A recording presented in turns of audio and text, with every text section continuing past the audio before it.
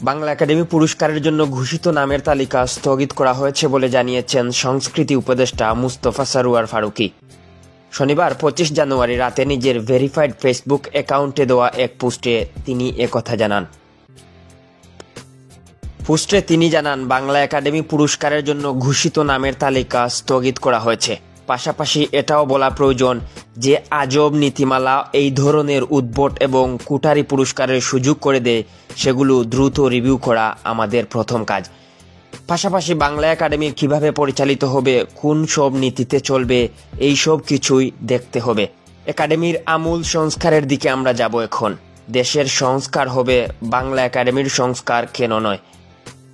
এর আগে গত 23 জানুয়ারি বাংলা একাডেমি সাহিত্য পুরস্কার 2024 জন্য 10 জন কবি ও লেখকের নাম ঘোষণা করা হয়।